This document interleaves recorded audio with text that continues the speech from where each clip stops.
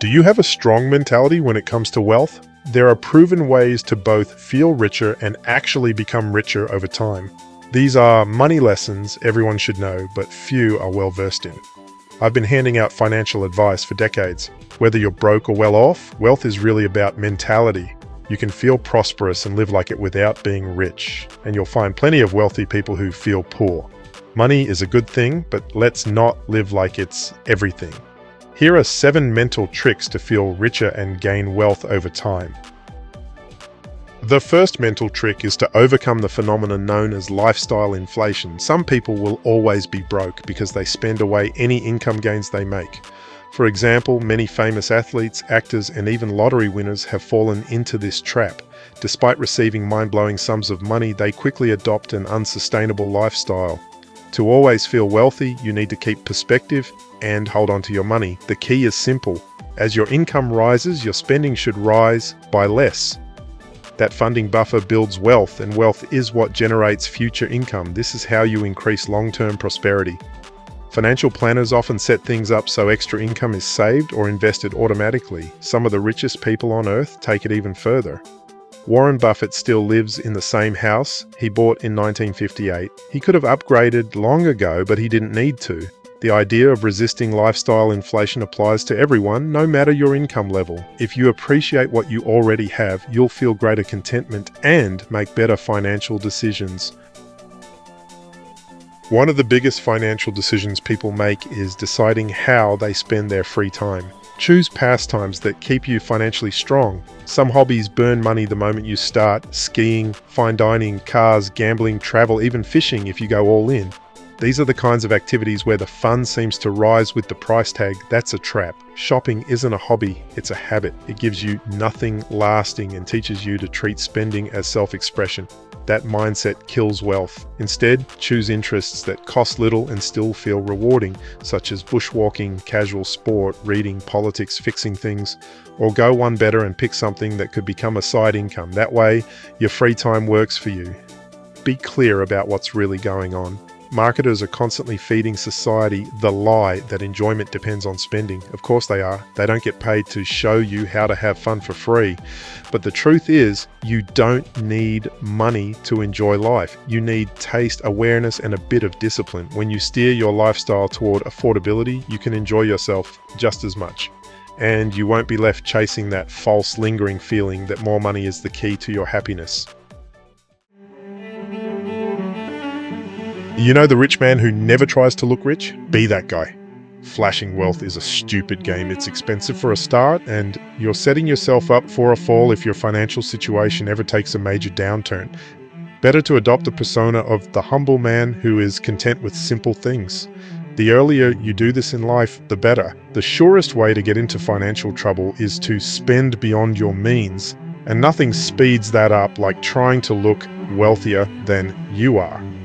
So do the opposite. You avoid the ghetto mindset of needing to prove something with brands or status. You'll be more likable because you're not trying to outshine people or fake success. People won't treat you like a cash machine either because you don't look like one, and you don't need to appear poor in doing this, especially since your discreet style means you'll actually be building savings in the background. Key to money mastery is saving. A percentage of every dollar you earn should automatically go towards saving or, if necessary, paying down debt. Some people say they're in a tough situation that prevents them from doing this, but that's rarely the case. There's almost always a way to arrange your lifestyle to be able to save. The usual recommended amount is 10 to 15% of before-tax income. In terms of mentality, you want this money to feel completely outside your budget. It's not part of your spending pool, it just disappears. Once your savings plan is set up, don't think about it too much. If you do, you'll start mentally spending against it and eventually force a situation where you need to access it. The benefits of establishing a savings habit are massive.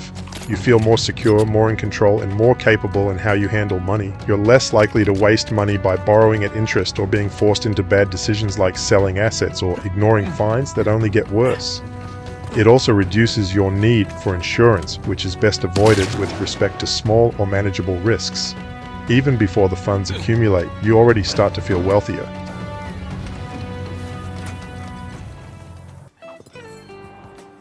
Being smart with money is a habit you reinforce through practice. So take care with money, no matter the amounts involved. Handling small expenses well should be a source of intellectual pride.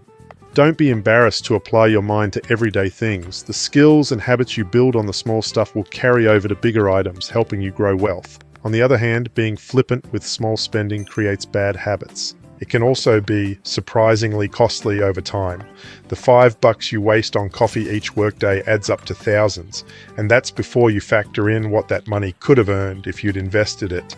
Make being good with money part of your identity. For example, do your calculations at the supermarket to save. You'll feel more in control and better prepared for big ticket matters like financial negotiations. You can easily have the feeling and the appearance of owning a nice car without ruining your finances. Buy secondhand. Did you know the value of a new car drops on average by 15 to 20% the moment it leaves the dealership? That means you can significantly upgrade the model of your vehicle by opting for a secondhand car in good condition. To make this a wealth-adding move, choose a reliable brand that's cheap and easy to maintain. And go for a color like white or silver to reduce the chance of accidents, especially at night. A car like this won't cost much to keep on the road, and you'll be able to hold on to it for years. That makes it a sound investment instead of a wasteful expense. Framing is important for how your career is valued. Try to present your line of work in a way that doesn't cap your income potential. For example, if you're an accountant, you might tell people that you work in finance. This is more than just trying to sound impressive. It's about personal pride and manifesting higher income. The way you describe your job affects how people treat you and how you think about your future. I'm in tech might be stronger than saying I work in IT support.